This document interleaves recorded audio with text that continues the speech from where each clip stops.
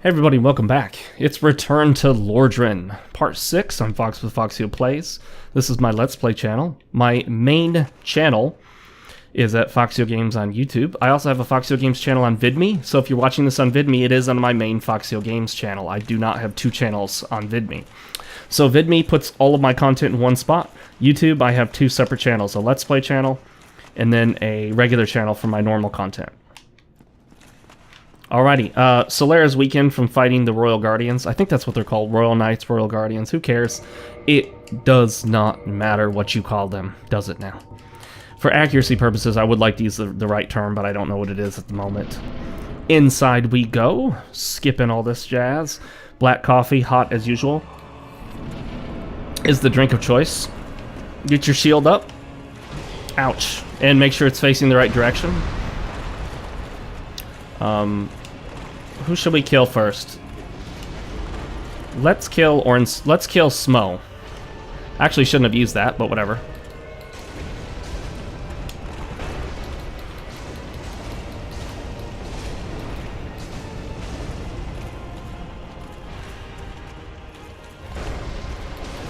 Oh, shoot. He's focused on me now. Why would he shoot me? Unless he was just attacking Solera and accidentally missed. That was baloney. I was clearly way behind him when he did that.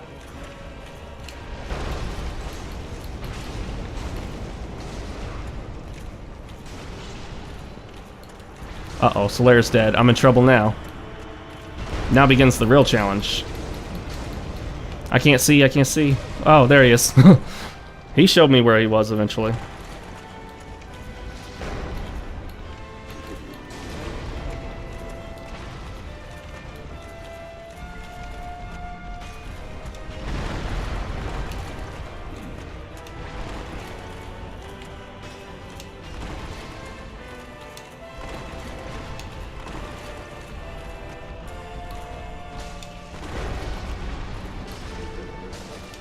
Oh, shoot, shoot, shoot, shoot.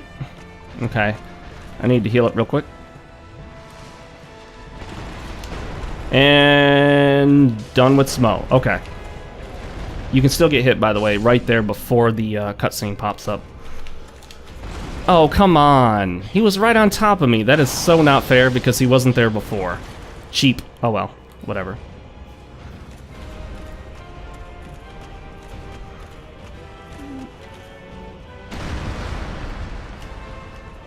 Uh-oh.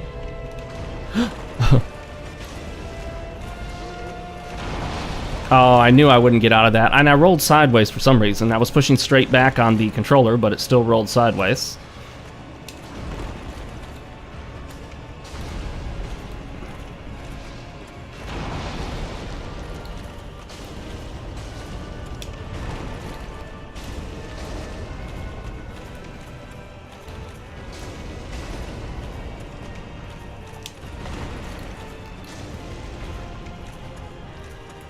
I might end up using my last charcoal pine resin. I usually only use one on this fight. It's easier to dodge his lightning stomp than it is Ornstein's, or Smo's, because Smo's is like so wide. Like Smo's, I almost always get hit if I'm up on Smo when he does the jump. Wow, I can't believe I dodged that. Woo! That attack right there can get you even if you dodge pretty good. I mean, you have to be like really accurate with that dodge or just not be anywhere near it. Crap, he got me.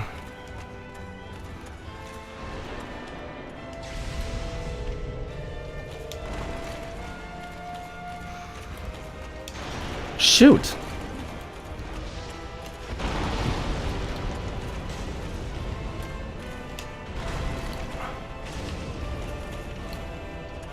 Oh man, it phased right through him.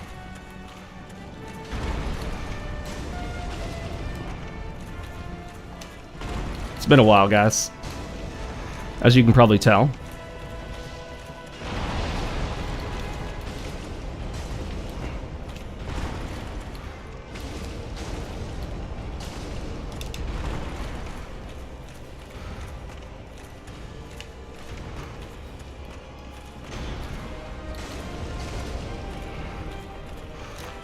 Slow and easy, like the tortoise that wins the race.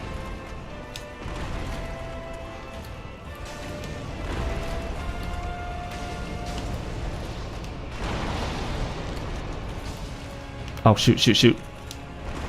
I ran out of stamina right there.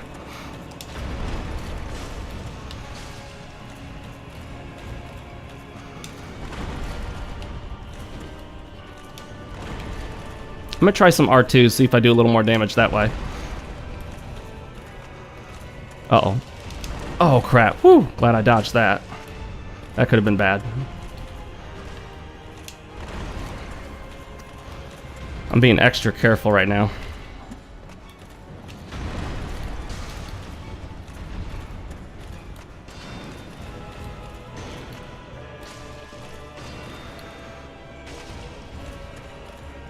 Thank goodness I have the Balder shield. I can just block most of this stuff.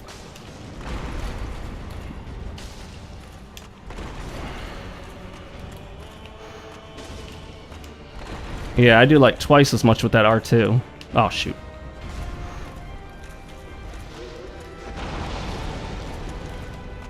Oh, come on.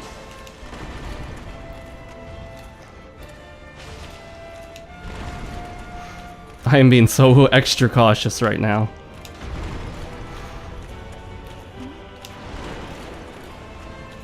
I want him out of that corner. I don't want him in that corner. Okay, that's a little better. Oh, crap. I let up on my shield. Darn it.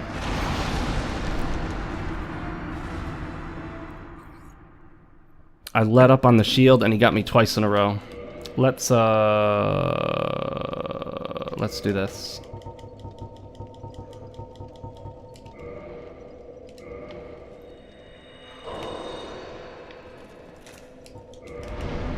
We'll summon Slayer again. And unfortunately, we're out of the charcoal pine resin. Oh no! It's this bug where you get stuck at the bonfire. Ah, I should have known. That happens sometimes. Alright guys, we'll have to reconnect after this. Sorry. Alright guys, so we fixed that little bug. Well, we didn't really fix it. Getting stuck at the bonfire is a pain in the butt, but you can avoid it by simply waiting after reversing humanity or kindling. You just have to wait a few seconds before you try to leave the bonfire. It is a little bug with the DS Fix mod that increases the frame rate. It does not happen without that mod installed, by the way. So it's not even an actual port issue. It's an issue with running an unapproved mod for the game. But that's bound to happen. There are always going to be a few issues with unapproved mods. I could one-shot them if I quickly switched to two-handed, but I find when I try to quickly two-hand after a parry, I oftentimes miss the parry timing. So we died to Orenstein and Smo, unfortunately. That doesn't happen very often. To me, anymore at least. Well, at least it normally doesn't. Today's drink of choice is hot black coffee. There we go.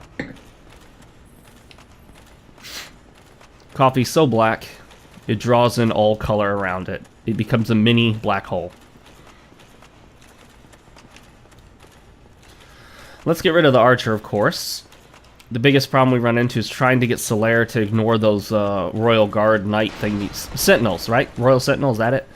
Trying to get him to ignore them and go straight to the boss, because he ends up just fighting them and losing quite a bit of health, wasting time. I want him to go straight to the boss, rather than mess with the Sentinels. If I could just get the attention of one at a time, that would be best. Obviously. Oh, come on. It all counted as a shield. And now we've got the attention of the other one already. You know what? Just whatever. Let's just get him and see what we can do.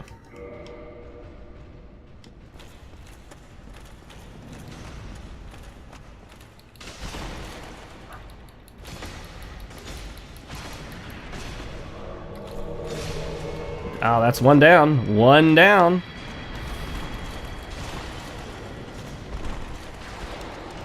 Woo! I got my stamina back just in time to dodge.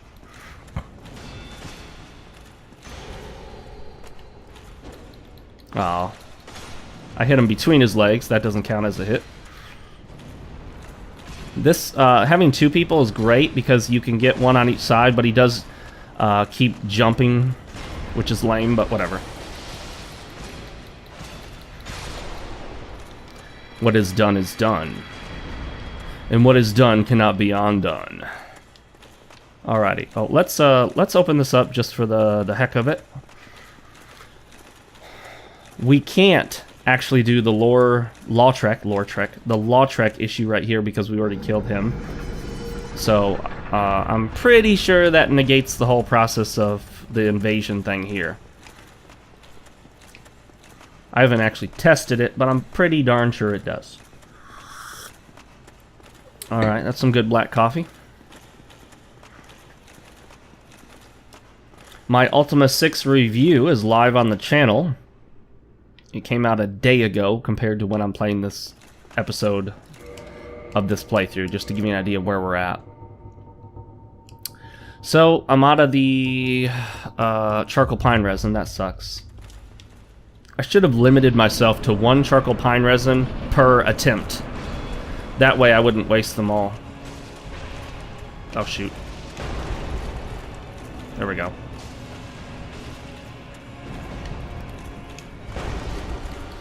One, two, three, four. Okay. Hang on. That's doing some good damage. 1, 2, 3, 4, 5, 6. Oh my gosh. I didn't have enough stamina to dodge in time. Don't do the running thing. Yeah, I hate that. Oh, shoot.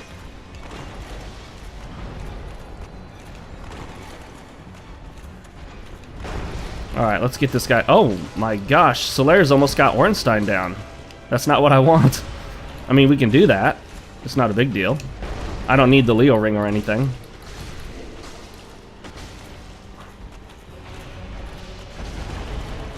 Oh, no. Oh, yep. Well, Solaire somehow changed the course of this battle. That normally doesn't happen. Did the game bug out?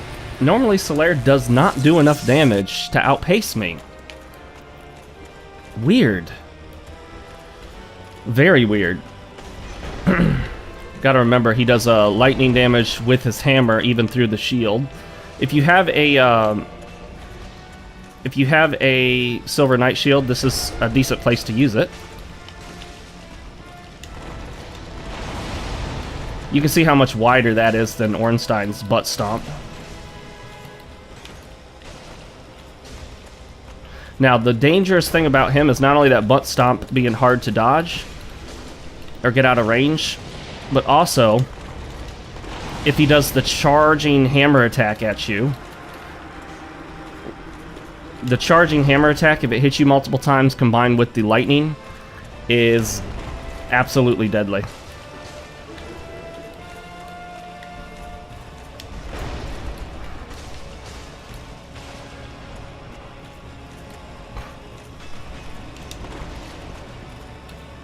Yeah, if you get multiple hits from that, it is deadly. The charging hammer attack is what I worry about most with Ornstein. Or Smo, rather.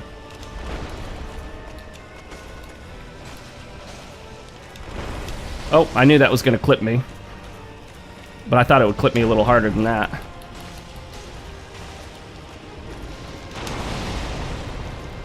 I dodged that. I managed to dodge it.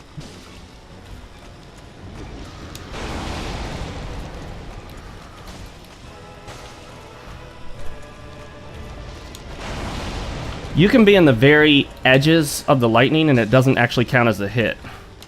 Which is okay, I guess, you know. Although it's hard to tell exactly what's going to hit you when there are parts to it that don't count as a hitbox hit.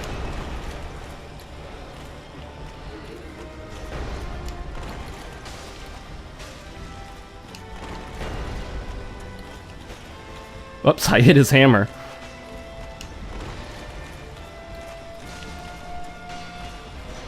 Yeah, right there. See, that's the dangerous part. I barely managed to block that. I got plenty of Estus, so let's heal up. Keep topped off.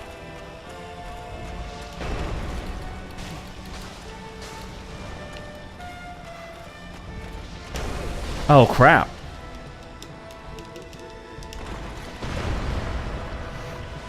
That was a hard hit. I took it straight to the face. We got him. Done. Soul of Smo.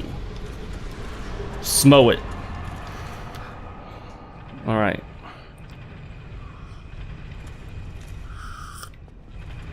$50,000 souls. It's like they're worth 25,000 each.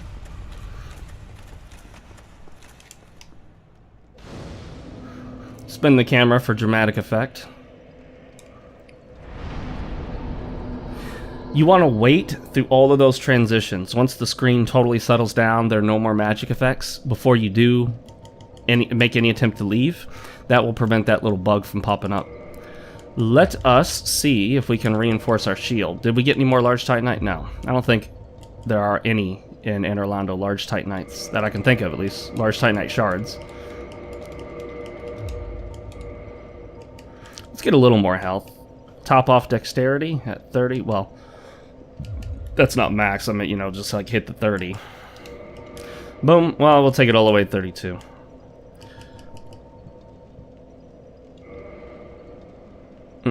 Oh, wait. We got a whole bunch more souls? Hang on. What just happened? Oh, did I? Okay, I canceled it. I didn't actually level up. Okay. Confused myself there for a minute. I'm like, wait a minute. How did I get all those levels and still have 70,000 souls? And with that, this game now opens up. Opening these doors is like the game itself opening up. Barriers are removed, and you can now warp to several different locations. For those that don't know, more locations were actually added after the DLC was released. So several more bonfires, including in the original game, were added. Not just the ones from the DLC content. Yes, we will be doing the DLC. That's the plan, at least. We're not going to destroy the image of Guinevere. As much as we'd like to. And with that, I think our adventures in Anor Londo are actually complete. We've repaired everything. We're not going to upgrade armor because we're saving the large titanite for our shield. So, let us warp. Now, at this point, I never know exactly where I should go. I make different decisions based on how I'm feeling. But I'm trying to remember my usual course of action. Because I did have a way that I normally handle. I think I normally go to the Duke's Archives. I think that's what I normally do, which is actually through Anor Londo. However, I'm thinking it might be fun to... Sunlight Altar. I don't remember that being on there. It's interesting. I think it might be fun to actually do the DLC content. Let's go to the Undead Parish.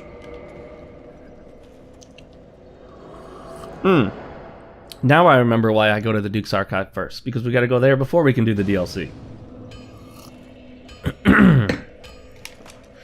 We'll figure this out. We'll figure this out. Go to Anor Londo. Do it.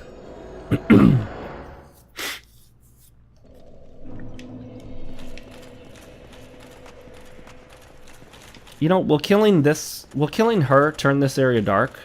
I don't think it does it? We're gonna do it. Hang on, hang on. Very well.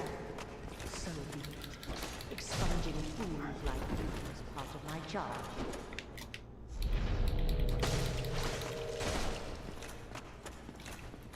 She ran out of casting. Or she attempted to cast the same thing again. Does it turn dark? We can't use that bonfire, though. Which is kind of a bummer, but it's not a big deal.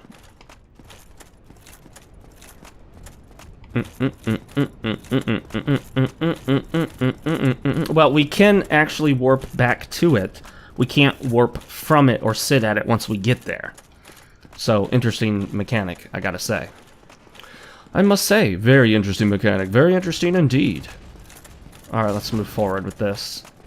This is actually, in my opinion, one of the more, like, kind of old-school 3D-ish looking games. Like, this almost looks like an upgraded version of the old EverQuest, upgraded with modern HD visuals. It has that old school 3D look, you know. Oh, I forgot to place the thing. Oh, gosh. I can be such a failure. Look at me. Do I even know what I'm doing? Now I can't. Darn it. Well, hang on. Hang on now. Let's see what happens if we do this. Oh, good, good, good, good, good. Okay. Let's go place this thing. Eventually, we'll get this figured out, guys. Proof that it's been quite a while for me. Proof that I did not read up or catch up or do a quick playthrough just to kind of familiarize myself. This is a playthrough, having not done it for a long, long time and being very rusty. I should have called this a rusty return to Lordran. We're now at +5. Max is +7. Although I don't think you can reach +7 in a single playthrough. Correct me if I'm wrong, but I'm pretty sure that you wouldn't have a bonfire keeper to turn in the last bonfire keeper soul 2, or the, you know, fire keeper soul 2. Where are we going? Oh, right here.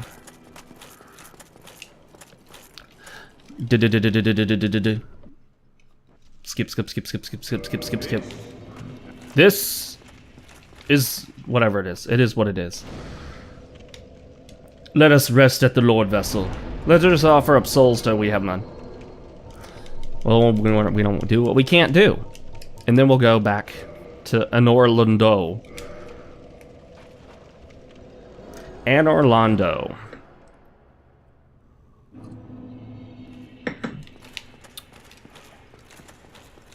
The bonfire is out, but that's cool. Now, let's continue with our plans. The DLC is a good place for getting large Titanite as well. So, the fact that there's a ton of large Titanite dropped in the DLC is a very good indicator of when you are expected to do it. If an area of the game is dropping, say, Titanite shards, you know, and only Titanite shards, you're gonna figure, okay, yeah, you know what kind of area that is. But if an area is dropping large Titanite shards, maybe also some Titanite, but if it's dropping large Titanite, then that's an indicator that you're expected to head there around the time you're expected to be somewhere between +5 to +10 on your weapon.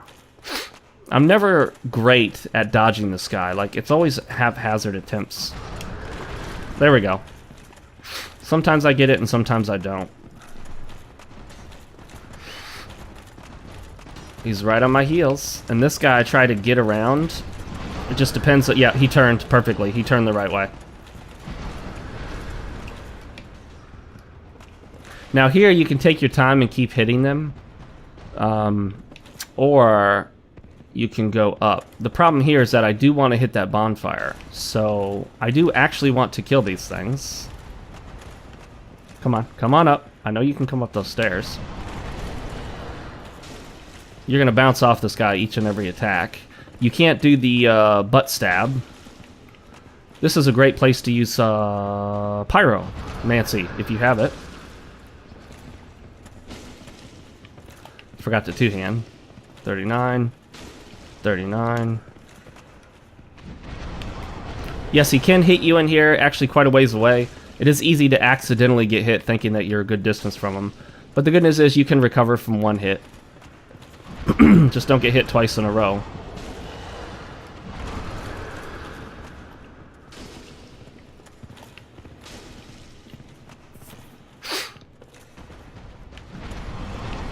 Right there, he can hit you while you're inside here doing that attack. So, caution should be taken.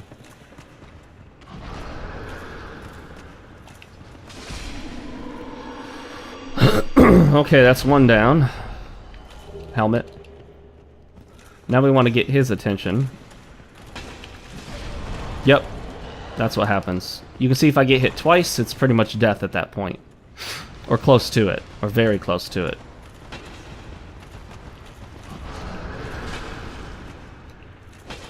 This is not a safe place to fight him because he's really close to hitting me even when I'm completely on the other side of the stairs. I want to get him up the stairs and fight him in front of the elevator. but he doesn't seem to want to come up there. Oh, I keep forgetting to switch two-handed. Do 7 more points of damage when two-handing.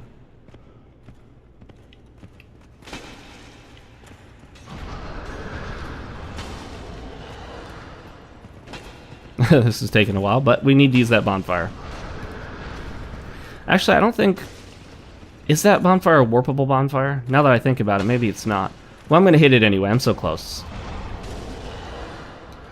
I will want to warp from it, although I could have used another homeward bone, I suppose, to avoid this hassle. Uh-oh.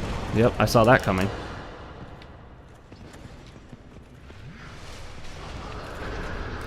Done.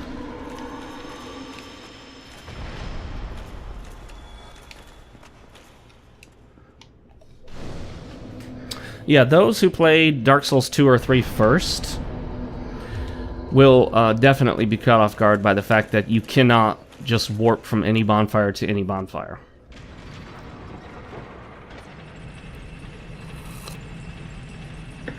But it is what it is. I prefer the structure of this game to Dark Souls 2 or 3. Demon Souls and Bloodborne operate on a different structure, so there's not a direct comparison.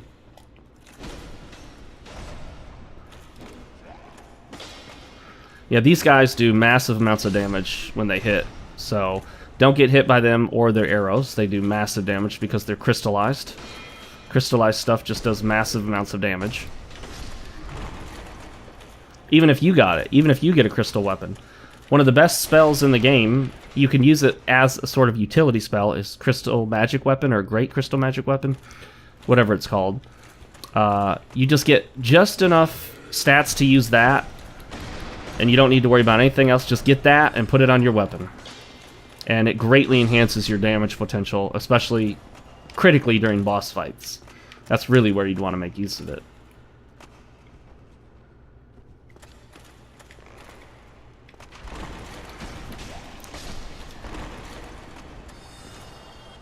Come on, buddy. Come on, buddy.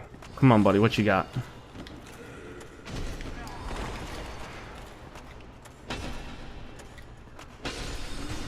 Oh, shoot. He hit me right through the staircase. What a punk.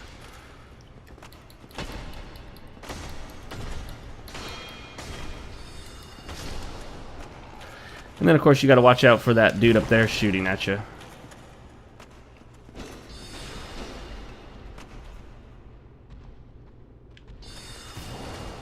Oh, that was close.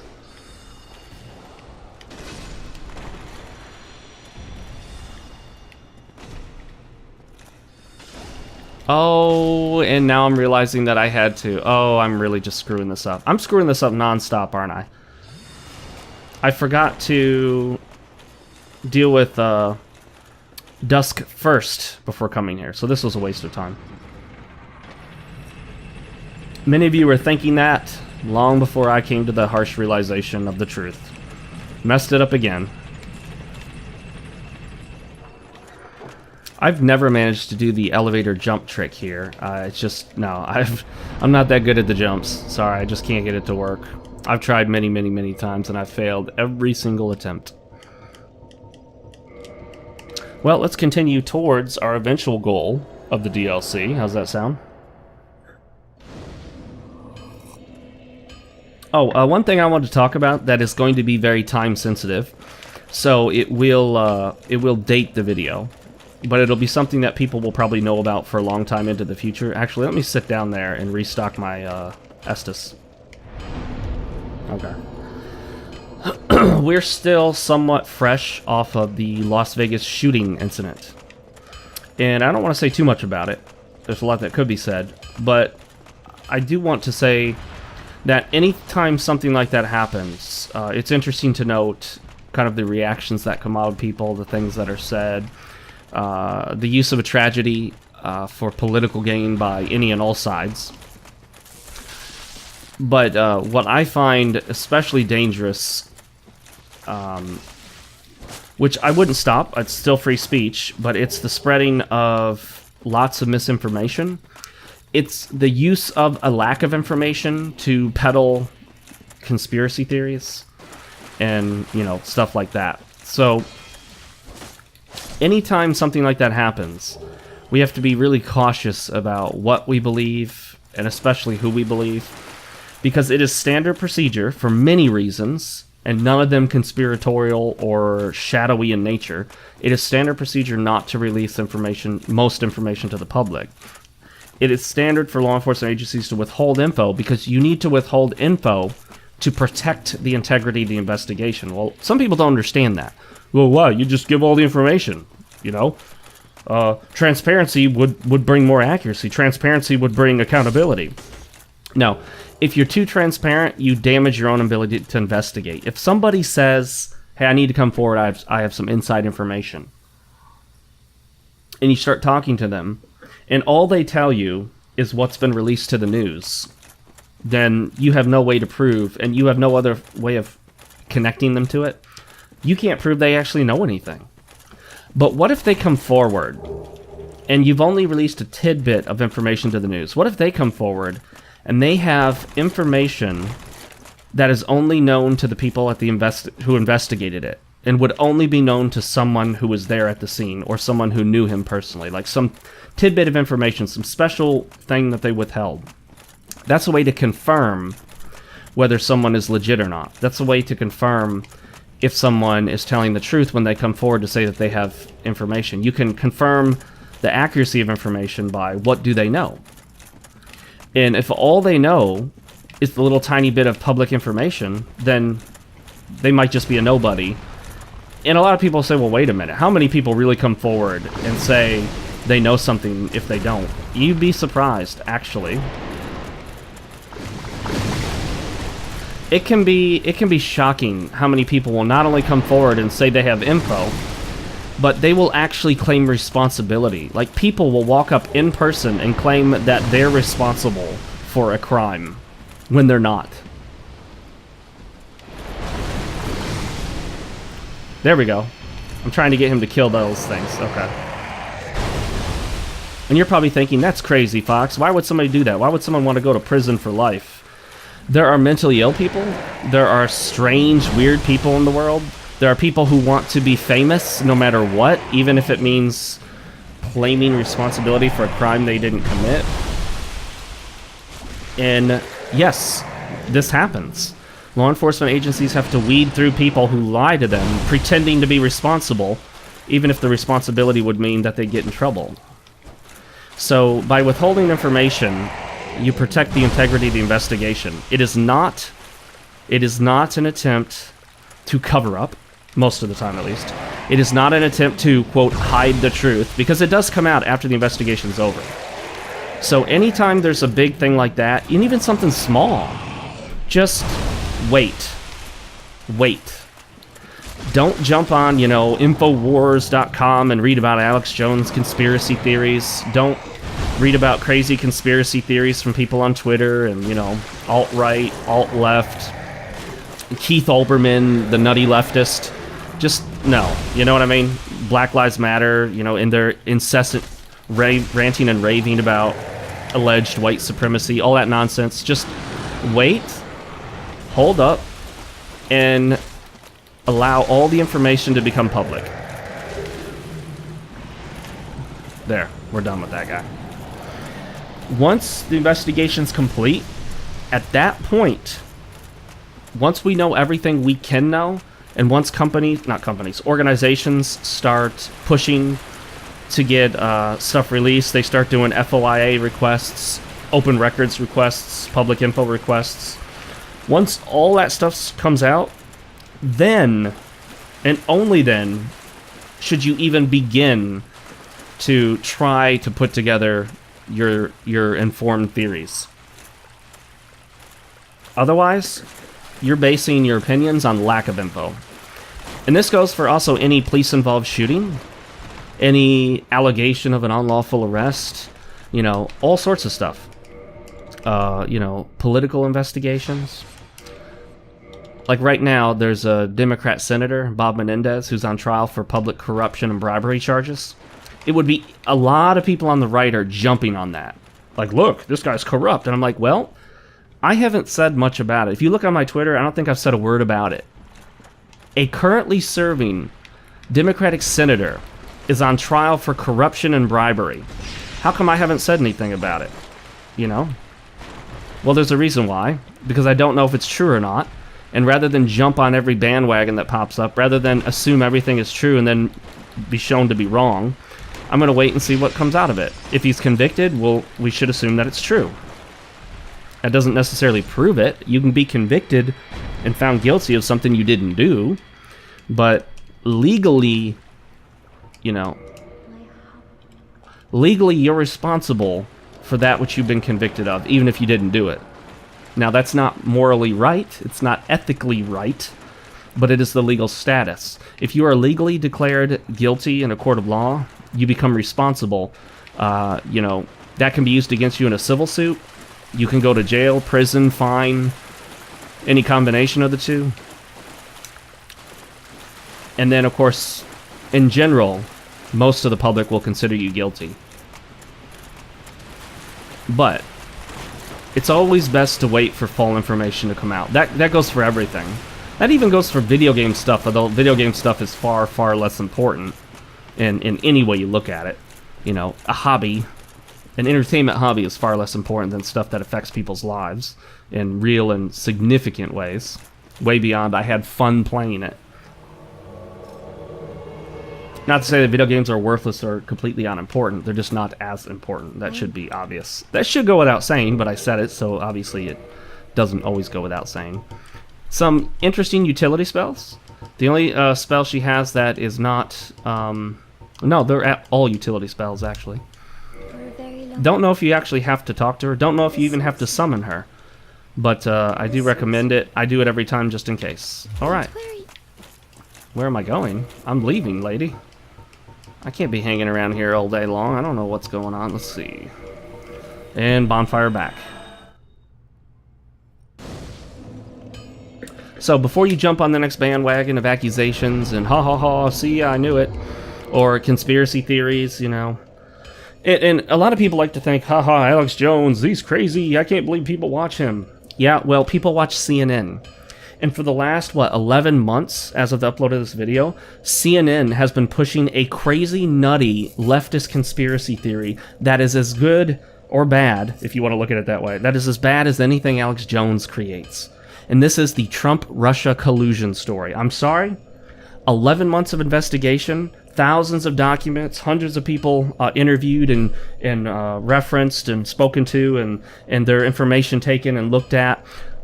Even top secret, previously unknown wiretaps that people didn't know about. All of this stuff. And what do we have? Nothing. And yet CNN continues to push it. That makes CNN fake news. It does.